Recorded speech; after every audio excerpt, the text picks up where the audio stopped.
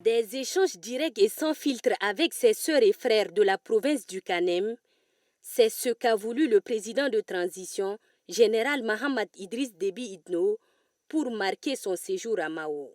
Arrivé quelques heures plus tôt, le chef de l'État a convié à sa résidence pour une rencontre d'échange un échantillon représentatif des différentes couches socio-professionnelles de la province du Kanem.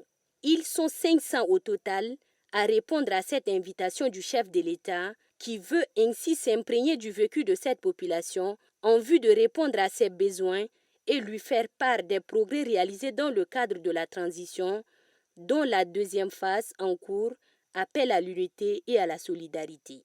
Et c'est le gouverneur Issaka Hassan Diogoy qui est désigné par la population de sa circonscription administrative pour porter sa voix à la très haute attention du chef de l'État.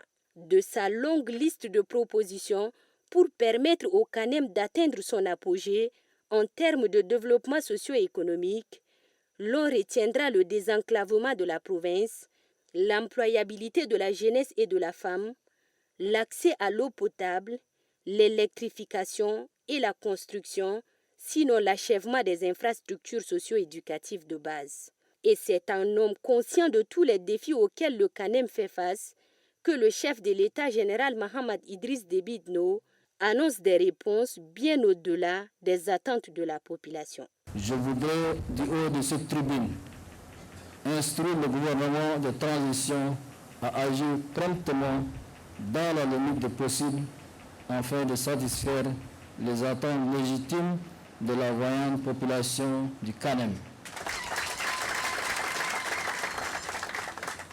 En ce qui concerne les infrastructures routières qui connectent nos concitoyens et facilitent les échanges commerciaux, je voudrais vous annoncer la reprise très prochaine des travaux de bitumage de la route Rigri-Daboua, frontière Niger.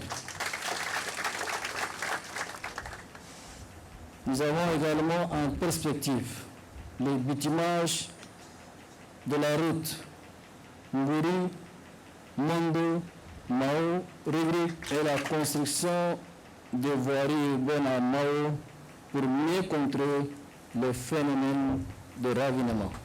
La construction d'une mini-raffinerie à Sidigi et la construction d'une centrale thermique de 50 MW à Mao. Mais sans la paix, la réalisation de toutes ces actions sera impossible, dira le chef de l'État, qui saisit l'opportunité pour tendre une fois de plus la main à ses frères des groupes armés. En choisissant la voie de l'affrontement, vous ne servez ni vos familles, ni votre province, ni votre pays. Il est temps de se joindre avec conviction et sincérité à la dynamique de la refondation portée par notre désir ardent d'une paix des braves et de réconciliation nationale.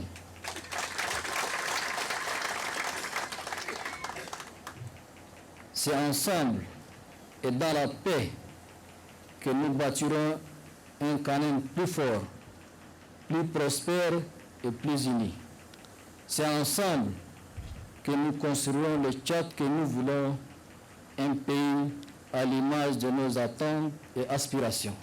À la faveur de cette rencontre de Mao, d'autres annonces et pas des moindres en vue de l'autonomisation de la femme sont également faites.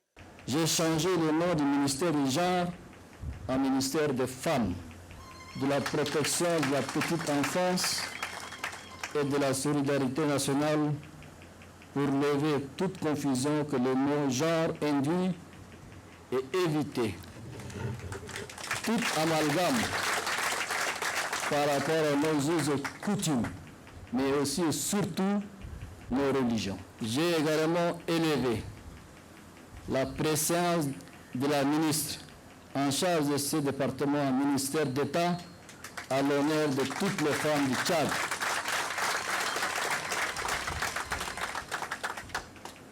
Le gouvernement de transition est appelé à apporter des réponses aux préoccupations des femmes vivant en milieu rural, afin que leurs capacités soient renforcées pour mieux faire face aux chocs liés au changement climatique et développer des stratégies d'adaptation.